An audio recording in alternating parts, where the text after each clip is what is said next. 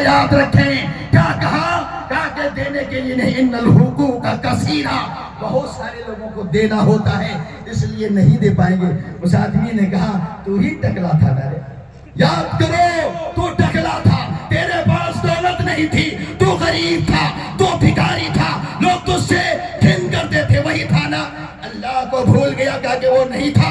اس نے کہا اگر تو جھوٹ بولتا ہے تیرے سارے مال ختم ہو جائے، اور تو اسی حالت میں پہنچا، پھر اسی طرح ہو گیا۔ دوسرے کے پاس آیا، اس نے بھی انکار کیا۔ تیسرے کے پاس جب آیا تو اس بکری والے کو یاد دلایا تو اندھا تھا، کہا بھائی میں اندھا تھا، میں غریب تھا، مجھے یاد ہے، بکری تجھے چاہیے، کتنی بکریاں لینی ہے لے جاؤ۔ اس فرشتے نے کہا میں لینے کے لیے نہیں آیا، یہ امتحان تھا، امتحان، یہ آزمائش تھی رب کی طرف سے۔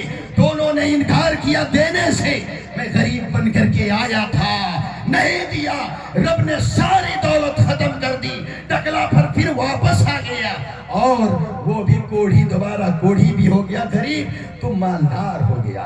ایک مسکین آتا ہے مدرسے کا، کوئی اگر آپ کے یہاں جاتا ہے مسکین کا اعلان کرتا ہے، یتیم کا اعلان کرتا ہے، کبھی روکنے کی کوشش نہیں کیجیے گا، ورنہ ان واقعات کو یاد رکھیں۔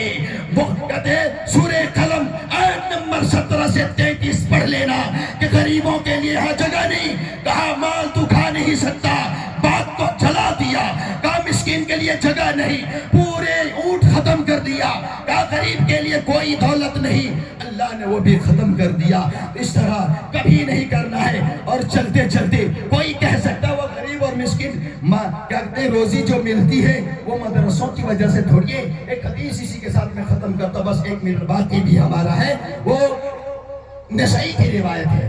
امام نسائی نے اس حدیث کو اپنے سنن کے اندر کتاب الجہاد میں ذکر کیا، حدیث نمبر 3181۔ اللہ کے نبی صلی اللہ علیہ وسلم کیا بولے؟ 3145۔ کہا دو آدمی تھے اللہ کے نبی صلی اللہ علیہ وسلم کے زمانے میں، دو بھائی، ایک بھائی اللہ کے رسول صلی اللہ علیہ وسلم کے پاس آ کر کے پڑھتے تھے، اور ایک بھائی کماتا تھا۔ کمانے والے بھائی نے آ کر کے شکایت کی، اللہ کے رسول یہ کاہل ہے، شکایت کی کاہل ہے، کماتا نہیں ہے، کماتا میں ہوں، مزدوری میں کرتا ہوں، یہ آ کر کے یہیں بیٹھا رہتا ہے۔ کس کے بارے میں شکایت کی؟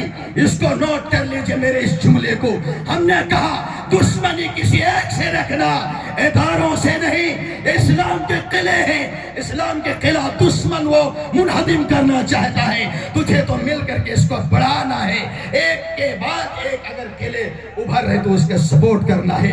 کیا کہا کہ تو شکایت کر رہا ہے، یہ پڑھنے والا لڑکا ہے، لعلک ترزق بہ، تو جو ٹھیکیدار بن گیا ہے نا، جو تجھے دولت آ رہی نا، یہ لڑکا جو پڑھ رہا ہے اس کی کفالت تو کر رہا ہے، اپنے بھائی کو جو پڑھنے میں خرچ کر رہا ہے، شاید اس کی وجہ سے ٹھیکیداری چل رہی ہے، مالدار ہے۔